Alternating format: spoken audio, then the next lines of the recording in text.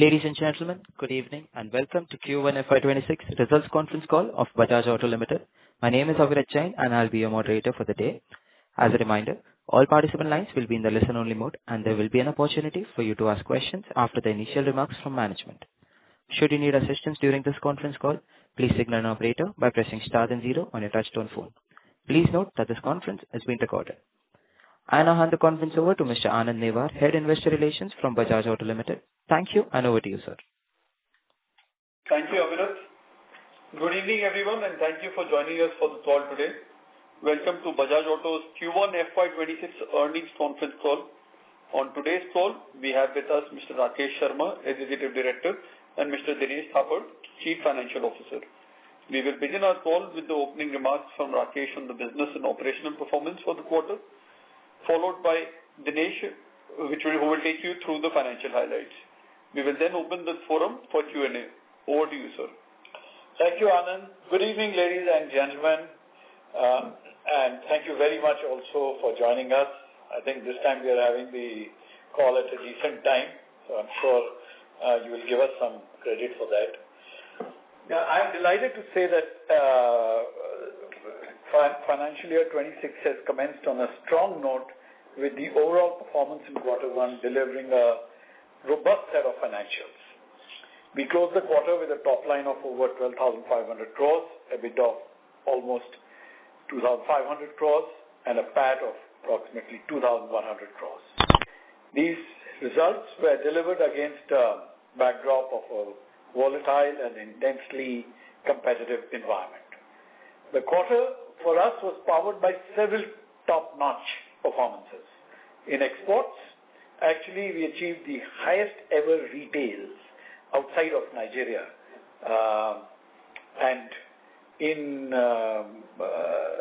commercial vehicles exports, we achieved the highest ever retails in Q1. Highest ever premium bike sales, e-auto leadership, and a surging EV business whilst improving profitability, and yet again a solid performance by the spares BU. Let me now get into the business unit level performance, beginning with exports. The BU grew volumes by 16% in Q1. As exports recovered, our premium brands Dominar and Pulsar continued to enrich the mix, with Pulsar growing at over 21%, delivering obvious benefits to revenue and EBITDA performance. As you know, we monitor the top 30 overseas markets very closely, as they collectively account for over 70% of the emerging market opportunity.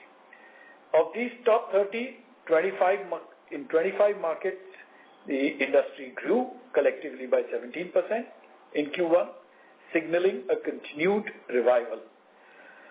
In these very important markets, Bajaj outpaced the industry growth and grew by 27%. LATAM and Asia are firmly on the growth path. There are countries in Africa, particularly the largest market of Nigeria, where trading environment remains uncertain, and there we need to avoid any unnecessary build-up of stock. Sales in Bajaj Brazil again touched 7,000 units in this quarter. With production capacity set to get expanded in Q2, higher sales will get unlocked. We are on track to expand capacity to 50,000 units per annum this year. The new Pulsar portfolio, the Pulsar 400 NS, the new 150s, and the new 125s were all launched in key markets around the world in Q1 to a very good reception, and they hold the promise of accelerating growth for us in their segments. The global tariff issue has not had any significant direct impact on us, as exports to US, which would be vulnerable to higher tariffs, are mainly the KTM and Triumph brands and constitute less than 1% of our total revenue. Business operations, including production, have commenced at KTM Austria. This has also unlocked the export of KTM motorcycles from India to KTM's overseas markets. These used to constitute about 5 to 6% of our total exports and had dropped to nil.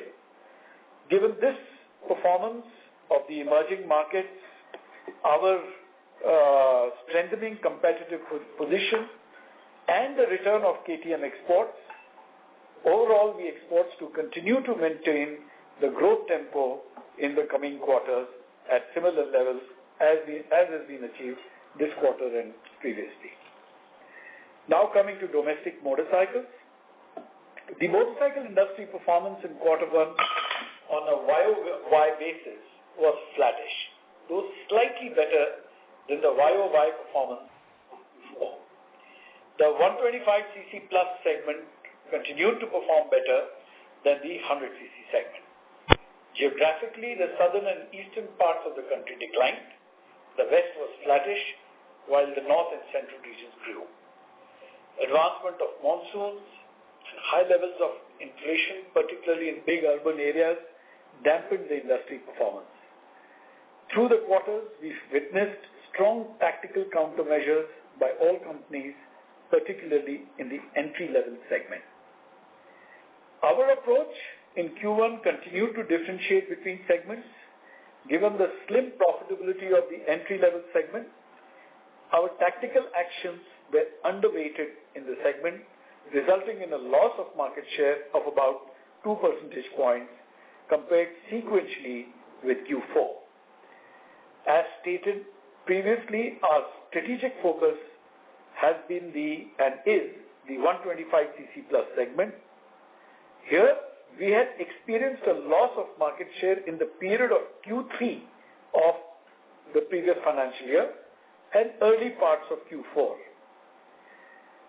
Provoked by that, product and pricing interventions were initiated towards the end of Q4 in February and March, and they have started to show positive results with a sequential improvement in market share in Q1 of about 3 percentage points, result in the 125cc plus segment, resulting in an overall market share of 15% in Q1, which is a slight improvement sequentially over Q4. We will remain focused on growing our share in 125cc plus segment through concentration of our resources and efforts, driving both product interventions and tactical support as needed in this segment. In this regard, a new thematic TV campaign for Pulsar has already commenced, and some of you may have seen it during the final test match. The 100cc segment will be supported based on the impact on absolute profitability. Hence, we expect the construct of market share progression to remain similar to Q1. We will advance in 125cc plus segment, perhaps a decline in the 100cc segment based on competitive intensity, and therefore a slightly slower advancement on the overall motorcycles market share. Coming to commercial vehicles, our three-wheeler view, the industry saw strong growth of 11% in Q1 on a YOY basis, driven by an almost doubling of e-auto volumes, with the E segment also growing at 11%, with the e-rig segment also growing at 11%. Our business continues to perform strongly in ICE. High levels of 75% market share were maintained. In the EV segment, we achieved the pole position in Q1 with an over 35% market share in the e-auto segment. The leap forward was powered by the highly successful introduction of the 7012 variant, a wide-body three-wheeler with best-in-class range, specifically tailored for the large ticketing segment in semi-urban and rural areas.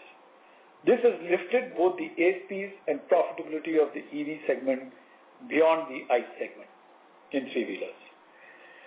The mobility needs of Middle India are expanding furiously, and we expect the category to grow and for us to outpace the industry. We have maintained a 100,000 plus unit run rate for 8 consecutive quarters in our three-wheeler business, anchored by our undisputed leadership in ICE and the steady scale-up of our electric portfolio. We will further advance this position on the e-rickshaw front. Our product has now completed extended testing and will be launched in a few key markets by middle of August itself. This will give us an entry into a very large segment of over 40,000 units per month. Our approach would be to start small and observe the dynamics closely so that we may craft a playbook to upgrade the large, low-quality, lead-acid-based e-rigs to our superior solution, but at premium pricing. On electric two-wheelers in Chetak, the industry continues to average close to 100,000 units per month, growing over 30% year-on-year, with penetration in scooters reaching to 20% plus levels. Our Chetak has more than doubled its volumes over the same period and contributed nearly 50% to the industry's overall incremental volumes. As a result, our market share for the quarter rose to 21%, up from 12% in Q1 FY25. This has been driven by a broader product portfolio and expansion of the exclusive Chetak network as well as other points of sale. This quarter, we expanded the Chetak 35 series, offering larger boot space, higher range, and faster charging. Now, the industry split between products priced at 1 lakh above and below 1 lakh is 40-60. 40% of the industry is now products which are priced above 1 lakh and 60% below 1 lakh. But for us, it is 85-15. With market share in both 1 lakh segment leading the industry, our market share in the above 1 lakh segment is now at 31% plus, which is the top position. Higher volumes, a better mix, and new products have not just expanded market share and customer franchise, they have positively impacted both revenue and profitability. However, as we all know, we are facing supply chain headwinds due to the HRE magnet issue. Non-availabilities had begun to compromise production in June itself, resulting in some shortfalls in deliveries to dealers in June. July has seen a 50% shortfall. While we expect production to be in August to be better than July, we may still see a shortfall of similar levels of 50% in this quarter in Chetak and about 25 to 30% or so in e-autos. Multiple options, both short-term and long-term, are being pursued at the same time, ranging from simply working with authorities to reopen the flows of HRE magnets, as well as to developing alternate sources and alternatives to HRE-based components. The situation is evolving every day, and as can be imagined, this is an area of very high focus for resolution, and we expect the issue to be indeed resolved in the short term, restoring the industry-leading momentum that our EV portfolio had achieved. While complete restoration should happen by end of the quarter, we are keen to de-risk the supply chain of this important segment, and that complete de-risking should take about 6 to 9 months. Coming to Pro Biking, our premium motorcycle BU comprising KTM and Triumph brands. Together, the two brands built nearly 26,000 units in the domestic market during the quarter, marking a strong 20% year-on-year growth and a gain in market share within their respective segments. The steady growth is an outcome of our strategy of launching authentic and purposive products, building the brands through curated top-class activation and continuous expansion of the network, particularly for Triumph, which is now available in 80 cities through 130 stores. Triumph expanded its portfolio with the launch of the all-new Triumph Scrambler 400X, with its category-leading combination of performance, specs, and finish, infused with Triumph's iconic Scrambler DNA and real-world adventure capability. It further builds on the success of the modern classic 400cc proposition in India. On the KTM side, we introduced the Enduro 390R, a bike engineered for true dual sport performance. It sets a new benchmark in this segment for on and off-road versatility. In both brands, a special effort is being made to develop the big bike business, which should dramatically differentiate our brands, aligning them closer to their original DNA, besides creating new business opportunities. We have continued to invest in top-class activation as a key route to build both KTM and Triumph brands through curated experiences such as distinguished gentlemen rides and other thematic rides for Triumph. And in KTM, these programs known as Pro XP continue to deliver ready-to-race outings. An example being the Great Ladakh Tour, now in its 5th season, fully booked within 48 hours of opening registrations, reflecting the brand's strong emotional connect with adventure riders in the country. Finally, a couple of quick updates. Foremost, our 100% subsidiary BACL, Bajaj Auto Credit Limited, had an excellent quarter with penetration scaling to 40% plus levels. It has now acquired 1 million customers with an AUM of 12,000 crores and built a business driven by the twin pillars of digital first and robust operational efficiencies, thus delivering a PAT of 102 crores in quarter one. Secondly, as I mentioned, spares, this highly profitable business grew by 19% on the back of better distribution and portfolio management and looks set to maintain the growth tempo. Looking ahead, our key focus areas remain unchanged. We focus on 6 things: competitive growth in the strategically important 125cc plus segment in domestic motorcycles, sustain export momentum with big emphasis on building superior positions in the better markets in our portfolio, resolve the EV supply chain issues with speed to regain the momentum in the EV segments, steadily grow KTM and Triumph business through product activation and network management, drive profitability and growth, balancing them in the most optimal way through robust operations, and continue to establish and build capability in BACL to ensure sustainable class-leading performance. With that, let me hand it over to Dinesh for an update on the financial performance. Thank you, Rakesh. Good evening, everyone, and thank you for joining us on the call this evening. Before I get into the specifics of our financial performance, let me start by saying we continue to deliver very resilient financial results with consistent revenue and profit growth in tandem. This quarter, both revenue and EBITDA came in strong at 12,500 crores and 2,500 crores respectively, making it amongst our top 3 results in terms of size. What makes the performance noteworthy is the context in which it has been delivered. We navigated through a quarter that saw domestic demand softening, an unfavorable currency environment for much of the period, some constraint on our electric vehicle supplies, and a partial offset of commodity inflation through pricing in what continued to be a very highly competitive marketplace. Rakesh has already spoken to you about the markets in some detail and in the business and industry context. So to leave you with time for questions, I'll confine my remarks here specifically to commodity and currency before moving to the numbers.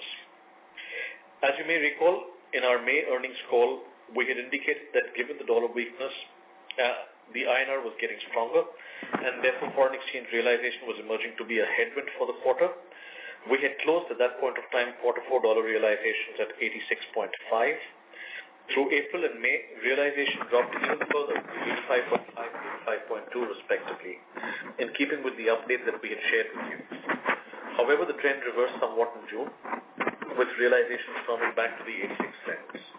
As a result, the average realization for the quarter for our exports stood at 85.6, about a rupee lower than the previous quarter, translating into a modest drag on both sequential revenue and margins. On the commodity side, we had expected for a potential cost impact of close to 100 basis points. That was factoring in inflation in aluminium, firmness in steel, and ABS, and the additional cost impacting the rollout of the OBD2B norms. If you recall, that's what I had signaled at that point in time. However, as the quarter progressed, we had some relief coming from cost savings initiatives and better steel settlement rates later in the quarter. This has helped cushion the impact to an extent. In the end, overall material cost pressure, inclusive of the regulatory cost increases, landed in the range of about 70 basis points relative to the 100 basis points that we had originally estimated. And that flowed through into the reported margins as well. Let me now turn to the financial results, starting with the volumes. Overall volumes for the quarter were about flattish compared to a year ago.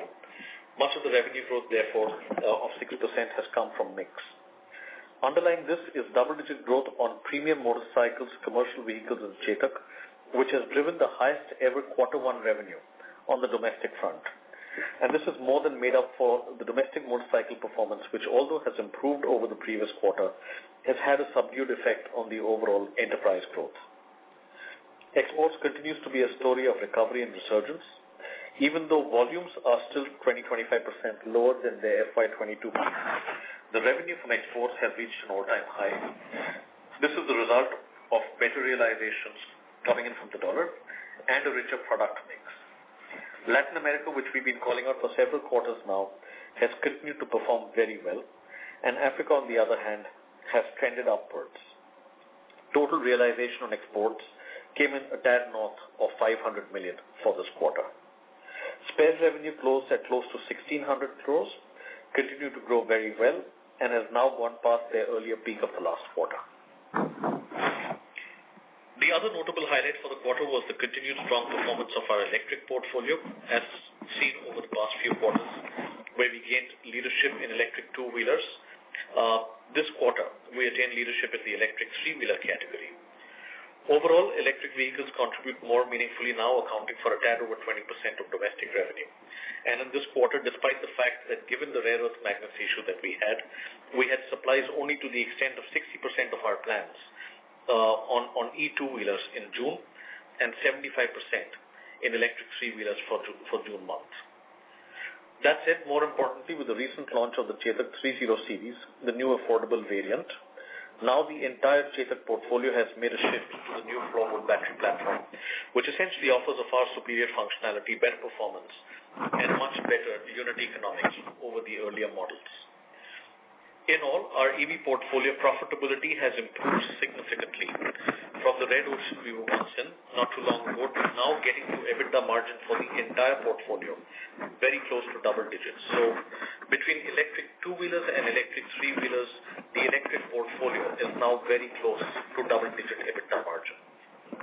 Thanks to the work done on R&D, localization, and procurement, this is now landing well and yielding benefits. Of course, the profitable electric three-wheelers make up for Chetak, but the unit economics of Chetak per se have improved over time, and we now have some of the models already clocking in EBITDA positive.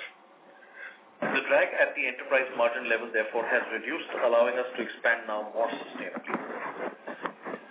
Let me now turn to EBITDA. At 2,482 crores, EBITDA grew 3% year-on-year. Margins for the quarter came in at 19.7%. A sequential moderation of about 50 basis points that I had queued, if you recall, almost entirely on account of the adverse dollar realization that played out mainly through April and May. Price versus cost came in broadly in line with what I had mentioned on our last call. Inflation arising from commodity cost inflation and the impact of the OBD2 norms, 2B norms, came in at close to 70 basis points that I just mentioned. On pricing, we were very selective with our approach, taking price up in parts of the portfolio while dropping prices in parts of the motorcycle business to revive its competitive growth momentum. In net terms on pricing, the ups and downs almost balanced out each other through the quarter. The net inflation in turn then was made up by a richer than anticipated mix. A key factor leading to this was the revival of KTM exports. You might recall that when we last spoke, we had mentioned that we suspended exports to the KTM business through quarter four, and that was fundamentally because we had anticipated a risk on our receivables through the pendency of the restructuring process. With that having been resolved in May, we resumed exports, and that in turn has helped both the exports performance and margin delivery. On a year-on-year basis, margin performance was similar with 50 basis points drop in margins, but the contributing factors were slightly different. Unlike the sequential trend where adverse currency weighed on margins, the year-on-year picture was aided by favorable currency movement. However, the benefit was offset by the increase in other expenses that you will see on account of a variety of factors as the business has grown. Moving to profit after tax, at about 2,100 crores, profit were up 5% year-on-year, marking the second highest PAT delivery to date. The peak was in quarter 3 of FY25, which was at 2,109 crores, which was supported by the festive season tailwind, and therefore to have delivered a PAT nearly at par with that benchmark in a quarter without the seasonal lift reflects the underlying resilience of our earnings. Our balance sheet continues to remain strong, backed by continued free cash flow generation. This quarter, we added about 1,200 crores in free cash, taking our surplus cash position to a tad under 17,000 crores. Well managed and available to be strategically deployed across growth vectors. CapEx during the quarter stood at approximately 100 crores, which will progressively go up to about 600-700 crores for the rest of the year, with spend split almost equally to support EV capabilities and ICE innovation. A quick word on consolidated results. Consolidated revenue was up 10%, while consolidated PAT came in at 2,210 crores, up 14% year-on-year. Driven in a large part by the strong performance of BACL that you just heard, which continues to scale up rapidly. You recall that in the same period last year, the business was still in the early ramp-up mode, expanding its front-end footprint and building back-end capabilities. This quarter, it has delivered a PAT in excess of 100 crores, which is essentially nearly double its full-year profit of the last year. We remain optimistic about the growth in this business and have infused 300 crores into BACL this quarter, taking our cumulative investment to 2,700 crores. AUM now stands to 1,200 crores as of June end. Looking ahead, 12,000 crores as of June end. Looking ahead into the next quarter, we are beginning to see some cost pressures across commodities, notably in aluminium, platinum, copper, and rubber. That said, our ongoing cost reduction program will continue to deliver benefits, and we've taken some pricing actions that is broadly expected to offset the inflation. So net terms are expecting it to be a flat cost versus price quarter in the current quarter. The currency has been very volatile off late, but I expect it to be a tailwind for the quarter given the levels at which it's currently trending. And where operating leverage will finally settle for the quarter will be a function of how much supply we're able to pull through on the electric front. You just heard our most recent estimate looks like we will be able to deliver anywhere between 50 to 60% of our plans on the electric two-wheelers and anywhere between 70 to 80% on electric three-wheelers, right? But that situation is fluid and evolving by the day. That said, it appears that we should see margin trending back towards the FY25 average levels, even as we look to invest some of the tailwind that's coming through on account of the dollar realization into competitive actions. Before I close, let me spend a minute on KTM. While I will not get into the details of the transaction, as there's enough and more in the public domain, and there's a postal ballot that is currently out with sufficient detail. We had discussed that KTM is uncharted territory in some ways, but we believe it's a space with significant synergy and long-term promise. As for the insolvency process, the creditors had a period of 2 weeks post the 23rd May deadline hearing, at which an order was passed. There were no objections that were raised during the 2-week period, and therefore the insolvency court in Austria, through its orders of 16th of June 2025, confirmed the restructuring plan that was proposed by KTM, and therefore the entire restructuring proceedings now have been concluded in the business. It's back in many ways outside of that legal process. The orders are binding and no further appeals can be made against them. Having been through that process, we have therefore progressed substantially on seeking regulatory approvals, essentially from 4 fronts: from the Austrian Takeover Commission, the Austrian and the EU Foreign Investment Control, the EU Foreign Subsidies Control and Merger Control Authorities across 6 countries, all of which should hopefully be done in a couple of months. We've already received approvals from the Investment Authority and 3 of the 6 markets in which merger controls have been filed, and we expect to be able to conclude the rest of them all going well over the next couple of months. Upon successful completion of the regulatory approvals, we plan therefore to move to a control position and exercise the call options, and then start to work very closely and constructively to restore financial discipline and reposition the business for sustainable value creation and growth. With that, let me hand the call back to Anand and open up the floor for questions. Thank you. Thank you, Dinesh. With this, we can open the forum for Q&A, please. Thank you very much. We will now begin the question and answer session. Anyone who wishes to ask a question may press star and 1 on their touchtone telephone. If you wish to remove yourself from the question queue, you may press star and 2. Participants are requested to use handsets when asking a question. Ladies and gentlemen, we'll wait for a moment while the question queue assembles.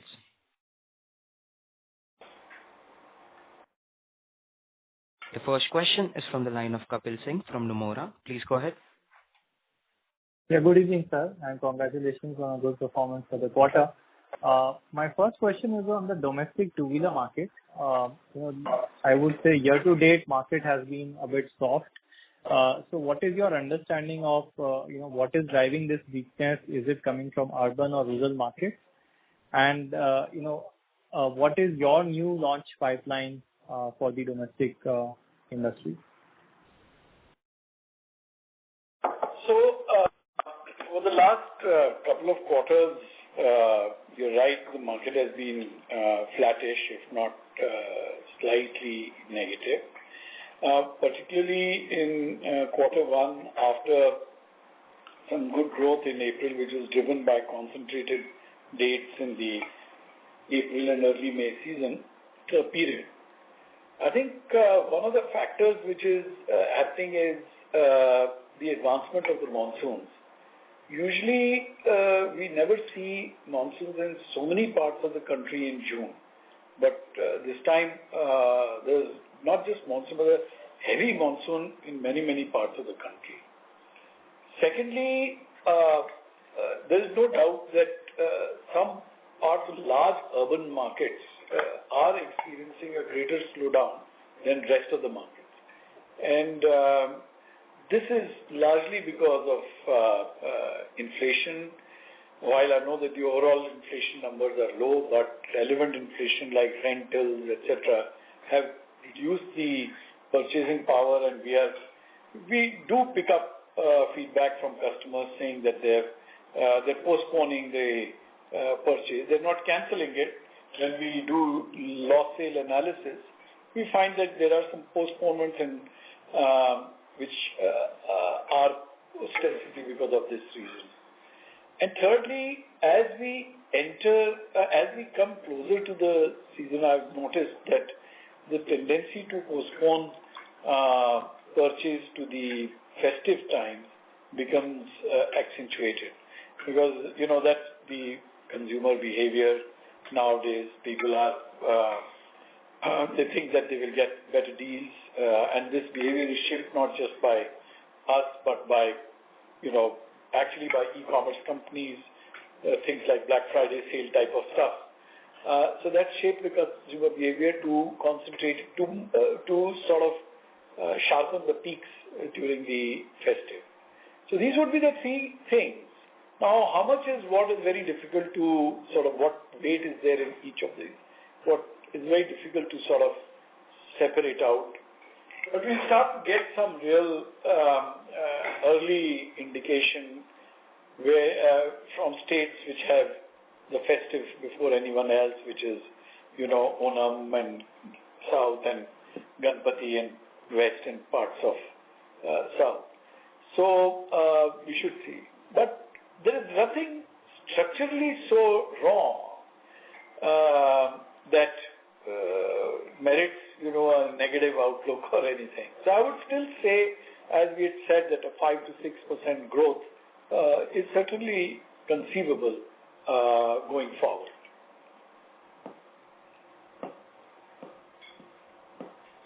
So, sir, and on the new launches, if you could give some color on that. Yeah, so we have a pipeline which goes right through till April. And as you know, we introduced some 5 or 6 variants in quarter 4 itself. And of course, this quarter our effort is to stabilize them, make sure that they achieve full penetration across the 4,000 stores, etc. And as things sort of roll out, that is a very, very important lever of growth for us. We will continue to introduce new products. Okay. We also noticed that export three-wheeler has of late picked up. So any outlook you can share on that market? I can't single out any single country because the great thing about this development is that it is absolutely across the board. Right from key markets of Philippines, where we're doing 2,500 units, 2,500 units per month with 90% share, going down to places in Africa and more so in Latin America, etc. It's an all-round growth, and I think it is reflective more of a revival of the industry, revival of private financing, which is very, very crucial for three-wheeler. The confidence that the private financiers get, that translates into financing of three-wheelers, which then leads to sale for us. So I would say it is all these happy things all across the board. Great, sir. Thanks so much. I'll come back in the queue. Thank you. Thank you. The next question is from the line of Amyn Pirani from JP Morgan. Please go ahead. Yes, hi. Thanks for the opportunity. My first question is actually, a continuation on the three-wheeler export thing. Now, several years ago, we had one large market, Egypt, which was, if I remember correctly, 1/3 of our entire, three-wheeler exports. So part A would be, is there any update as to what's happening in that market? Because it used to be a very large contributor for us in three-wheeler exports. And secondly, light two-wheeler exports, which are recovering well, and hopefully you will see them go back to pre-COVID or rather historical peak soon. How should we think about three-wheeler exports? Are there any large pockets or specific markets which could become significantly large over the next 2 to 3 years? See, rewinding it even a little bit more, 60-70% of our three-wheeler portfolio used to be Sri Lanka. And then one day Sri Lanka went the other. And that was the first, boot on our backside to get off the office table and start to develop markets. And of course, those days used to sell 2,000 units in three-wheelers, but then we increased it to 6,000. But over the years, I think the transformation which the team has achieved is that we have developed three-wheelers in 23 different countries which had never seen a three-wheeler before. And one of them, for example, is Philippines, which I just referred to. There was no three-wheeler over there. We went and talked to people, and it started with 100 units, 500 units, and now, like I was telling you, 2,000 to 2,500 units. There are many, Ghana, Mexico, Bolivia. I can give you many examples. There are some where we tried, but the three-wheeler didn't take traction, like Uganda and Nepal, etc. So this has now become a continuous exercise in the exports team. There's a continuous market development which takes place. And right now, I can say that some 8-10 new countries, the product is being seeded, the authorities are being engaged with, so that we have the requisite permissions, etc., and the commercial model is being put in place. There are some which seem like stars, and there are some which I think will take some more slogging. But I will hold myself back from naming these for competitive reasons. Sure. That perspective is helpful. Second question is actually on two-wheelers and, again, a two-part question, if I may. You had mentioned last quarter that you are thinking or looking for a lower price or a lower segment 125 cc.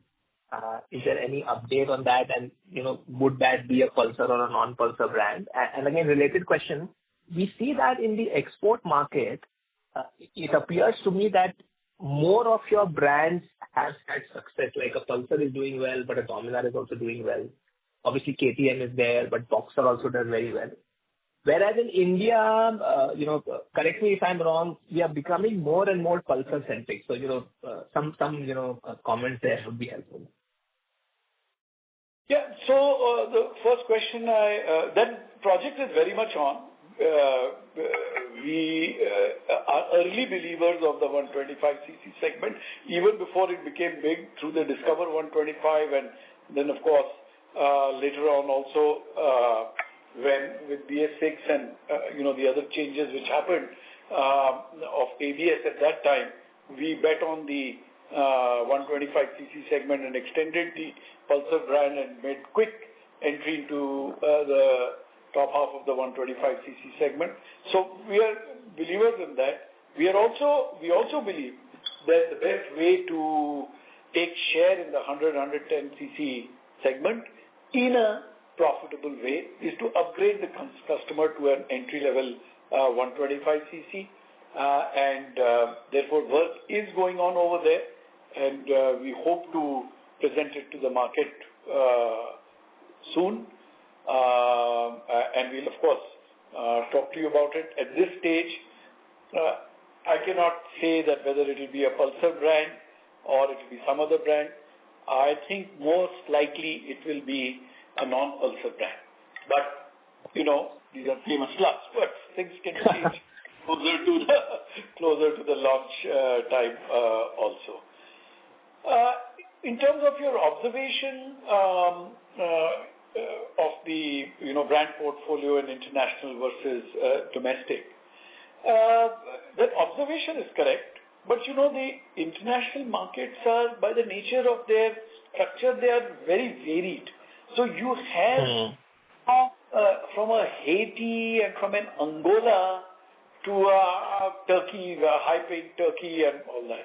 So therefore the segments are you get the full spectrum of segments in national markets. And it is not possible to service the entire spread of segments, which starts from a taxi driver. Now, dedicated taxi driver segment is only now emerging in India. Dedicated, meaning the guy doesn't use it for personal use, only using it for other things. But it has always existed in Africa, and that's the main 95% of that business there. There's no personal segment in Africa. Well, maybe 2-3%. But in Latin America too, it's largely personal, but some. So then the penetration of the 250cc class, the quarter-liter class, many markets in Latin America, Southeast Asia, motorcycling is more than commuting. I would differentiate between India and those. For example, people will not shy of buying a expensive twin-cylinder 250cc bike as a commuter. But in India, people will say, oh, for this much price, maybe I can get a car or I can get a second-hand car, so why I should. So in India, it's more of a commuting market. In many parts of Latin America, Europe, it is more of a sports market. So therefore, you find greater traction for brands like Dominar, etc. We sell 4 times the Dominars in Mexico than we sell in India. And that is a phenomenon of the consumer side. And that's why we've been focusing so hard. And I must also say, the places like Turkey and Mexico and these places, we have gone and slogged for 5 years to build this segment in those markets. I remember people never used to come for our activation, and then we all said that let's put up all women racing team and all women racing activation, and started getting people, then people started getting onto the bikes, and then of course their passion starts to come across. So that's why you have a wider portfolio of brands. Thank you for the detailed explanation, sir.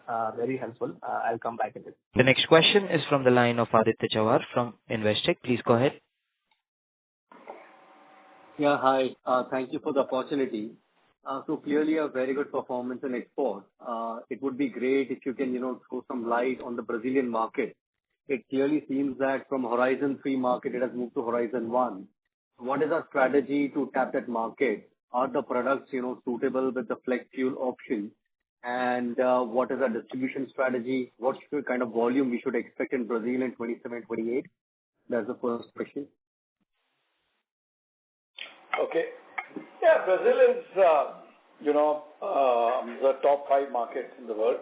It's not an easy market to crack open for 2 reasons. One is, of course, the manufacturing and regulatory requirements are such that it needs a certain kind of compliance. Second is the competitors are very strong. Just a couple of competitors hold 90% share, so the competitive ratio is, very, very adverse.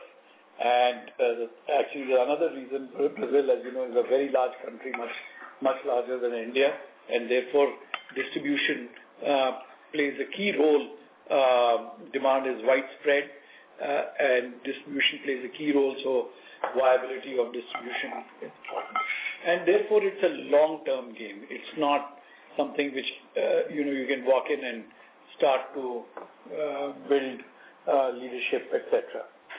Considering the fact that it's you're competing there with very evolved and mature high-quality brands, our strategy was flexed to enter from the top, and therefore we entered Brazil through 400cc, very conscious that this is a smaller segment than, let's say, the 150cc segment, which is the bulk of the segment. But we said that we must enter from the top and establish. And there were a lot of temptation. I will tell you, the whole thing is to build scale as fast as possible, get the volumes, and there were opportunities in the 100cc segment, this, that, but those keep getting trashed around over there. And we felt no compromise. We should build a very top-class network which is comparable to the best brands in the country, Honda, Triumph, Kawasaki. Our stores should be comparable to them. And so therefore we took the premium route in. We were fortunate that the country and the customers have accepted the Dominar brand, the Bajaj brand, and the product. I must say, till the time, now I realize how these movie producers feel like. They make a good movie, but, till the time it hits the screens, nobody knows there's going to be a hit or a flop. We had done all the research, this, that, and the other, but till the time you enter the market, you can't say. So I was pretty relieved. All of us were pretty relieved that Dominar had got accepted very well. And therefore, I said, we will continue the strategy of attacking the top end of the segment. We have made a very discontinuous move last month by introducing the Pulsar 150 over there, which is aimed at the belly of the market, which is the delivery boy segment, the commercial segment. And it's the best in class. But you got to really earn your badge over there, because the delivery segment seeks reliability, zero downtime, and very fast turnaround at the service centers. And therefore, we know that we will have to slog it over there, but that is the thin end of the wedge at the mass level. And at the same time, as I just said, we have expanded the capacity to 50,000 units. We will be expanding the capacity. It's already gone up from 20 to 30,000, and by the end of, I think, by the time we hit Q4, it should be into the 50,000 units. And as that expands, the further expansion for 27, 20, because the lead times are 6 months every time for each of these expansions. So we are taking it in a very calibrated way. We are not going big bang. We are going the premium way.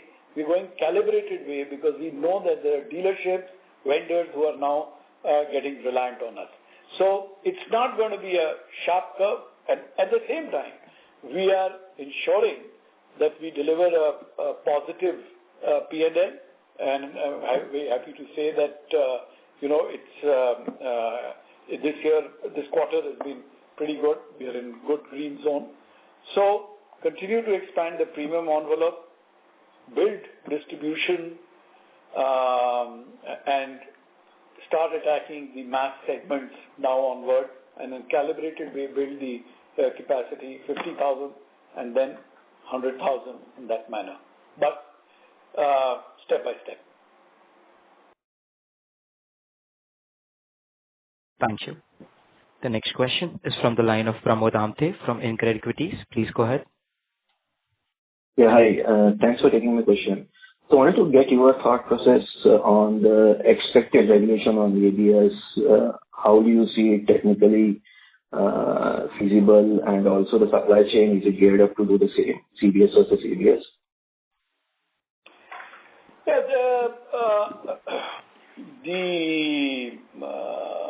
the putting the ABS on the 100 below, in the 125cc and below segment is certainly going to put huge requirements on the supply chain. The estimation of the industry as a collective I'm talking about, not just as Bajaj Auto, because as you can imagine, this is a very important discussion within the industry, is that it could take anything between 12 to 24 months to just get the supply chain right if every single two-wheeler has to be equipped with ABS. Second, we see that the cost implications of this are high, and you have seen it in the past. We all know that the last peak of the Indian two-wheeler industry was 18, 19, and after that, even last year we have not been able to go back to 18, 19 peak. And one of the major contributory factor to this has been the cost increases which have occurred due to regulatory requirements, due to things like insurance, premia, and stuff like that. And we slog it away to reduce even 500 rupees of cost, and if suddenly costs are going to increase because of ABS, you can imagine that it will definitely have a dampening effect on demand. There are options. We are all very, very clear that, of course, the two-wheeler rider has to be made safer.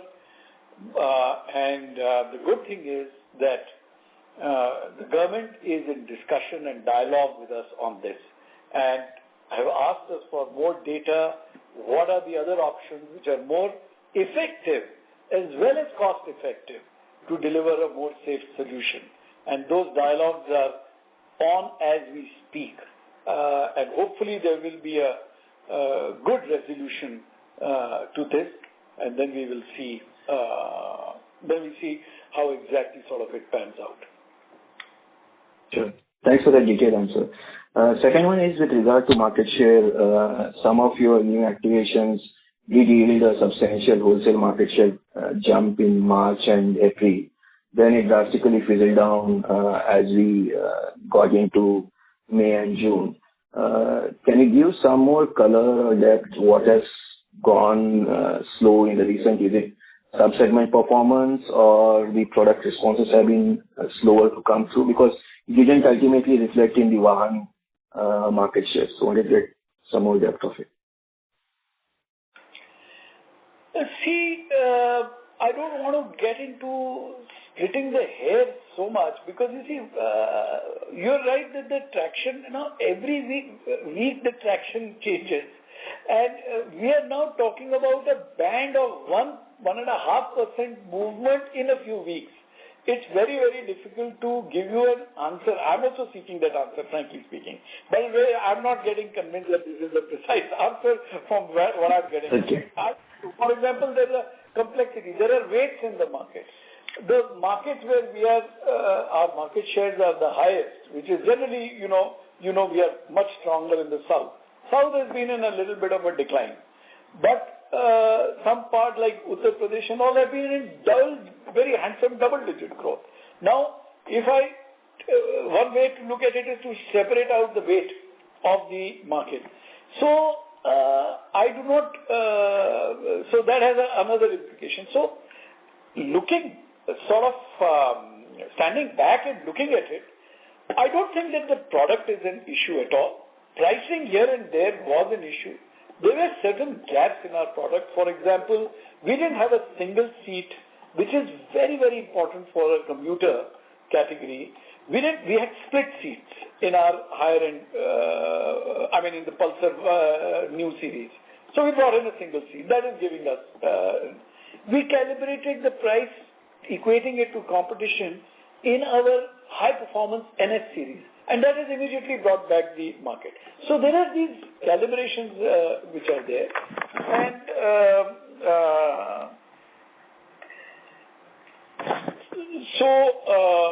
now in April and May, for example, if I see, the market share for 125cc plus is higher than in the previous quarter.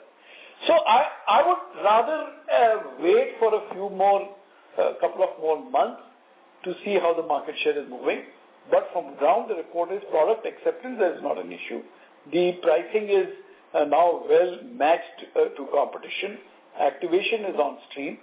And I think we have been making good progress in April and May, as you said. June numbers and July numbers start to get a bit obfuscated by this monsoon and this and that and the other. So we are going forward in August and all with full confidence that we should be, advancing on the 125cc plus segment. Yes. Thanks and all the best. Thank you. The next question is from the line of Gunjan Prithyani from Bank of America. Please go ahead. Yeah, hi. Thanks for taking my question. Just a quick clarification firstly. The 125cc affordable bike, you sort of said that we'll come back. Is it due for a launch this year or, the timelines around that have been shifted? The timelines have not shifted, but I can't, give me the benefit of keeping some surprise up my sleeve. Can't be so transparent that everything is done.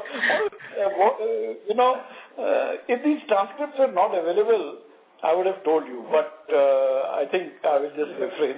I'm very tempted to tell you, but I'll just shut up. Okay, fair enough. Okay, so my question is on export business. I mean, you did talk about Brazil optimism. I think Africa is another important market for us. That's really not come back in a big way yet, right? So if I just think export outlook beyond this year, I mean, this year you've given 15-20% sort of guidance, but where are we on Africa, which will sort of help us extend the growth beyond this year as well? Yeah, it's very difficult to say, but what I'm really happy about the export business delivering highest retails outside Nigeria. I mean, if you just Nigeria was 50,000 units for us when we did 210,000. 54,000 units we were doing. Today we are doing 15,000. So that's almost a 40,000 gap from our highest peak, which has been covered by all other markets. This is a very important dimension for everyone to understand because in a 200, and that is why we are at about 180 odd. But if I take Nigeria out and compare the numbers, then that's what I said right in the beginning. We are clocking the highest ever retails. Nigeria itself was showing, progressively growth to 30,000 units, etc. But it is still, I'm talking about our numbers, and we are at about 50-60% market share there. But it has slowed down. I think it's the single biggest reason over there is the currency-led inflation, which has sort of dampened demand. Purchasing power is eroded, and the ticket prices of the rides have not gone up. We monitored them quickly. But the motorcycle prices have gone up. So the payback on a motorcycle, if it is around 18 to 24 months, it's a fantastic solution for self-employment. And of course, the mobility needs are there. But the moment it starts to go beyond that, the demand starts to get dampened. So we are looking at a period, hopefully, that with this stability, and I must say that the crashing Naira, at least that phenomena is stopped, and there is some convergence of the grey market and the white market for currency. That's a very good thing. And now the inflation has to sort of ease so that these ticket prices and all can start to go up and improve the payback on bikes, and people start to come back to the purchase cycle.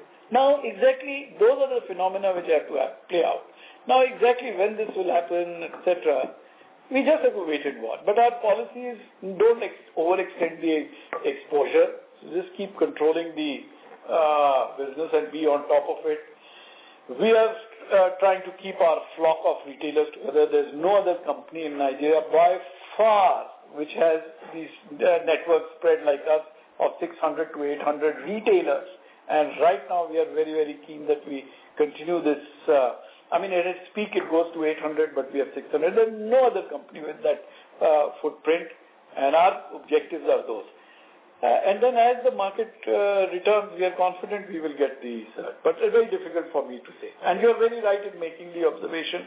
If Nigeria starts to come back, it'll give a very decisive bump up to our business.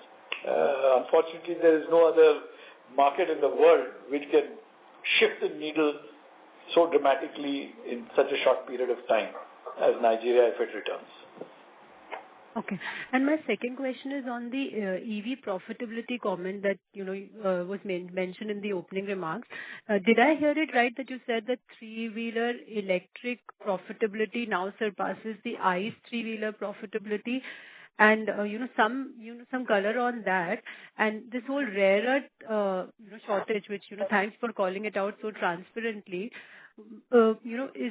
Is it fair to say that when we get into the second quarter, if the EV business mix reduces, that sort of helps us in the overall profitability? Is that reading correct to have? So, Gunjan, I'll take that. The comment I made in my opening remarks was that the electric two-wheeler plus the electric three-wheeler, so therefore the entirety of the electric portfolio is now nearing double-digit EBITDA margin from what might have been a deep red some time back. Right? That's the first thing I mentioned. The second thing I mentioned was that when you look at the unit economics for Chetak alone per se, the unit economics has moved to some of the models in the new platform that we have, which was launched in December last year. Some of those Chetak models have moved to an EBITDA positive, marginal as it might be, to an EBITDA positive with the new platform. So those are the two comments that I made on electric profitability. Yeah. The second piece. So I hope that clarifies. It's nothing about we didn't make any comment. I didn't make any comment at the moment on electric three-wheelers. That, by and large, continues to remain what we said in the past, which is, give or take, it is almost at parity with the ICE CV margin with the PLI thrown in. Yeah. So that remains unchanged. The point I made differently today was the entirety of the EV portfolio with 2+ three-wheelers put in, coming to near double-digit EBITDA margin. To your second point. Well, if there is a mix impact, we've called it out in terms of mentioning, given current visibility of about 50-60% on electric scooters and about 70 to 80% on electric three-wheelers relative to our plans. And our plans obviously envisage a step up because we were also planning for a big festive season. But if that currently does not play out, then I think you've got to look at it from two perspectives. One is that there will be a mixed benefit that will come in, obviously, because electric gets thrown out and that is lower than the enterprise margin. You also got to consider the fact that there will be an operating leverage impact that might come through. I think the point I was mentioning is that the tailwind on margin that we likely will see this time will be on account of the fact of where the rupee is currently trending. Yeah, and that's given that we are almost halfway through the quarter, we know what those levels are. So we will look, of course, to use this opportunity also to make a few competitive investments because these moments don't come always. So if that were to flow right through the quarter, of course, it will help in the rebuild of margin that we may have lost in this last quarter, but also will allow us the opportunity to make a few competitive investments. Okay, got it. Thank you so much. Thank you. The next question is from the line of Chandramouli Muthiah from Goldman Sachs. Please go ahead. Hi, good evening, and thank you for taking my questions. I have three questions. The first one is just on the e-rickshaw launches. Just want to understand what you think could be a fair market share. I think on the ICE three-wheelers, we enjoy close to 70%. On the electric passenger three-wheelers, you mentioned earlier that you're close to 35%. For e-rickshaws, is a more fragmented market, so just want to understand what you would think over the steady-state period could be a fair market share. Second question is just around rare earth situation. If over a 3 to 4 quarter period we are able to de-risk and offset, if we were to source from non-China sources for the entirety of our portfolio or replace HRE with rare earth or other solutions, just want to understand what you think could be potential inflation on the BOM cost for your electric two-wheeler/three-wheeler portfolio. And the last one is just on the new platform on Chetak. At this stage in August of 2025, what is the rough mix of the new platform, which you mentioned is positive EBITDA margin in the Chetak portfolio? Thank you. Okay. So on e-ricks are about 45,000, like I said, per month. And 90% of these are very cheap solutions with lead acid. Ours is, of course, a lithium-ion based, built for purpose e-rick. And of course, it will come at a premium to the value of the market. Quite frankly, at this point of time, we have not yet got on to what will be our market share and this, that, and the other. Our immediate objective is to, which means for the next 3 or 4 months, is to put out the e-rick and observe its adoption and develop a playbook so that we can go and upgrade. We are quite, in our three-wheeler business, our teams are very deft at upgrading and making, upgrading and transferring people from one segment to the other. And I give the example of, the entire diesel segment, then moving into the CNG segment. So they go park by park and they have that skill and capability. But we have to really understand the context. What does it drive? How much do they drive? What are their earnings? Where are they? What are the patterns of driving? Routes, etc. So really, our first objective is to get the playbook right, make sure that the product acceptance is good. And I would say the time to talk about market shares, etc., will probably be for 26, 27.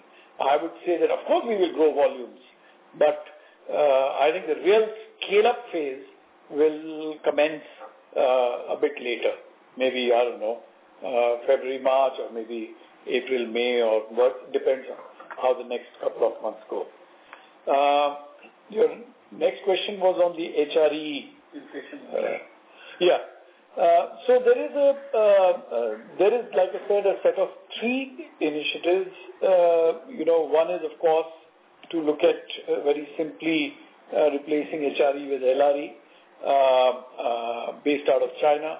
To also look at LRE type of products, but outside China, and then to look at non-LRE products, the ferrite-based products, which is probably going to take some more time. Immediately, we do not see any great inflation because also the the component cost or just the magnet cost in the full bill of materials is not of great significance.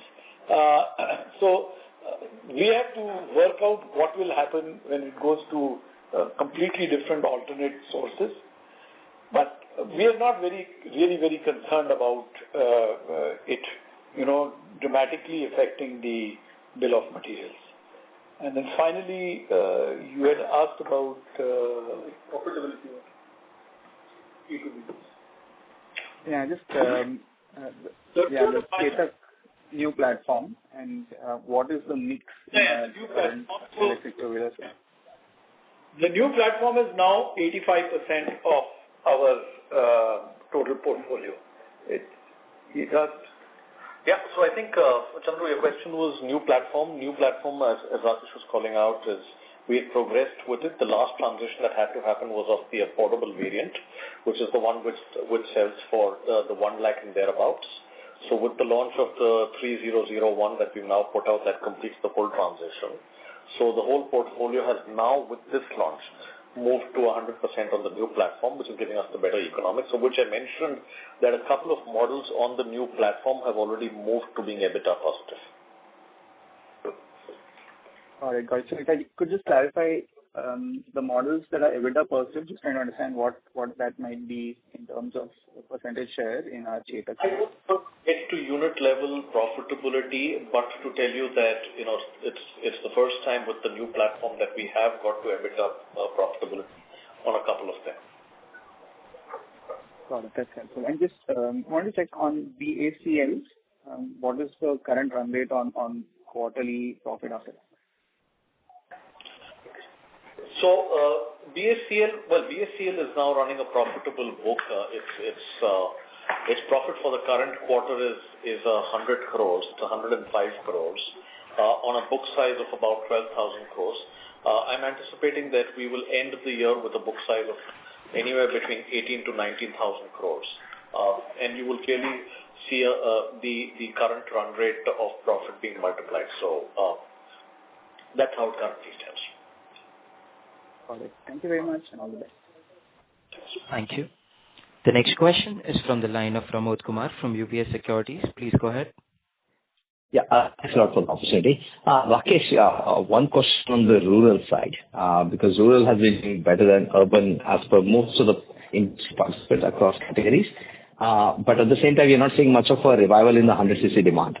So just want to understand your perspective, whether we are seeing a bit of a, pyramid being formed in the rural markets as well, where some of the categories are doing segments, and if that's the case, is it possible categories continue to gain more momentum rather than the 100cc kind of coming back for good? So just your thoughts on that, and also linked to that, electrification. Are you seeing the offtake improving in the rural economy, or the rural consumer is embracing electric vehicles more and more in larger proportions going forward, because that could be an opportunity for you? So that's the first question, sir. Okay.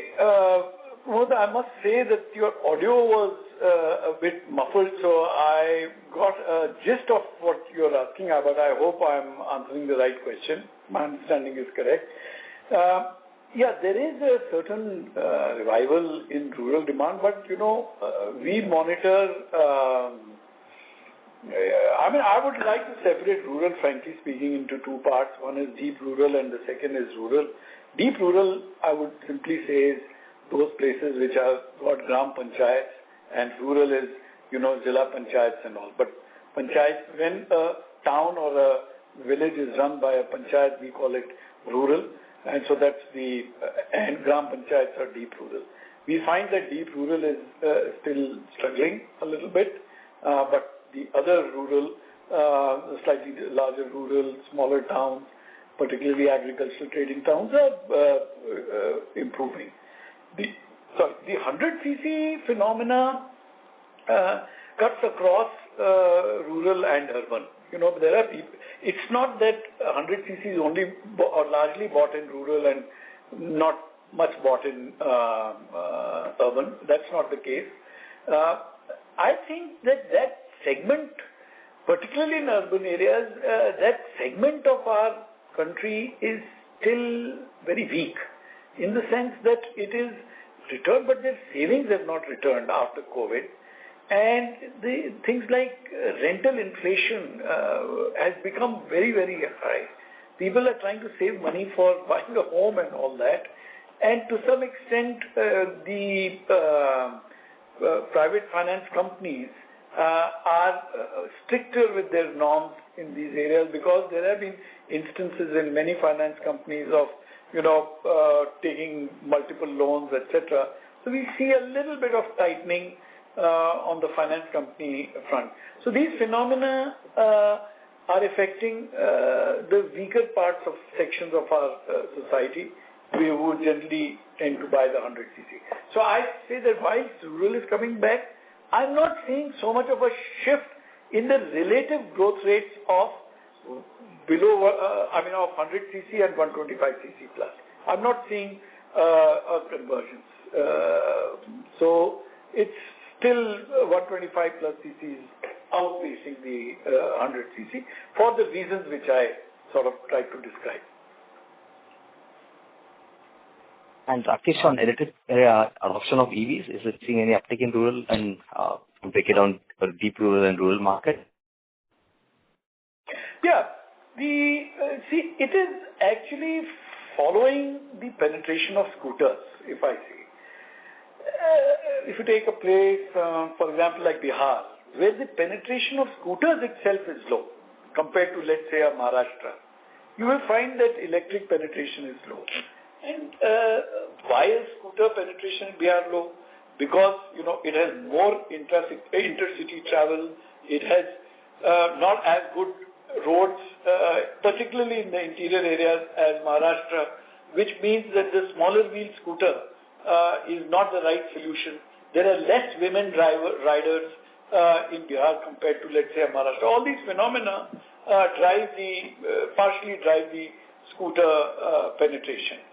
And the electric adoption is actually following the scooter penetration. Wherever scooter penetration is higher, electric adoption is also higher. Fair enough. So last question. I'm just trying to understand the domestic dealer franchise, because we have 4 buckets of operations, but for most of our domestic motorcycle dealers, there's only 1 bucket. And the market share there, hence, and the volumes what they generate on the franchise is also quite important. So just wanted to understand your thoughts on the dealer viability, ramp up and scale for the business, with market share kind of slipping closer to the 11% mark. So if you just can share your broad thoughts or any plan of Bajaj making a huge comeback on the domestic market share front, because we've been so successful across so many markets. So India, in that sense, kind of puzzles as to why we are not able to kind of get the franchise to a higher market share. So if you can help us understand that, that will be really helpful. Thank you. Well, actually, my view is dramatically opposite yours. Okay. You are looking at it as a dealer viability issue. I think our dealers have never had it so good, because you are looking at it from only one lens. Our network strategy is a corporate network strategy. We are saying we are offering, when a person becomes a Bajaj Auto dealer, the person gets a potential opportunity to represent Bajaj for motorcycles, three-wheelers, Chetak, Triumph, KTM. 5 businesses. There is no other company in a similar way which can offer 5 very different kind of opportunities. And as a result of which, for example, Chetak, we are now at 330 Chetak experience centers, which are exclusive Chetak network. Pardon me if my numbers are slightly amiss here and there, but I would say 80 to 90% of the Chetak experience centers have gone to our existing dealers. Where they have not gone, it is because maybe we didn't have a dealer there, or maybe the dealer didn't want it there, or maybe the dealer was not good enough. Triumph, I would say 65% has gone to existing dealers. KTM, that started much earlier than when we put this policy in place 3-4 years back, maybe 50%. So, dealers with ambition, dealers with funding, and dealers with capability, Bajaj Auto is a fantastic opportunity. Because today, you take Chennai, our successful three-wheeler dealer is now our successful motorcycle and Triumph dealer. A three-wheeler, of course, we demand different capabilities in a Triumph and in a three-wheeler. But these are the examples which are coming to mind. I'm not singling out Chennai and all that. These type of examples are there everywhere. So I think we are very, very confident in engagement. We have a network team which in a matrix way works right across the entire business units. The second piece which you asked was about, dramatic change in market share or something like that, right? Now if you say, for example, can we achieve a dramatic shift in Brazil? I don't think we can. This is what but of course we can create a very, very sound business which has got a growing market share, which has got a good bottom line, which has got a good top line, which has got good brand love. I think there are many more metrics to look at beyond just a rapid acceleration of market share. I think rapid has its consequences, and as you know, with Bajaj Auto, we like to get all faces of the Rubik's Cube right, which is, market share, growth, profitability, and all that stuff. So, and in a large market like this, in a competitive market like this, in a price-sensitive market like this, where we have entrenched and capable competitors, I would say to achieve a dramatic shift in market share would mean that one or two faces of the Rubik's Cube will go off, and we would not like that. We've tried it many years ago it's not sustainable. So we don't advocate that path. Yeah, sir, thanks a lot and wish you all the best. Thank you. Ladies and gentlemen, that was the last question for the day. I would now like to hand the conference over to Mr. Anand Newar, Head Investor Relations, for closing comments. Thank you, Avirat, and thank you everyone for joining us on the call. Thank you. Thank you. On behalf of Bajaj Auto Limited, that concludes this conference. Thank you for joining us, and you may now disconnect the lines.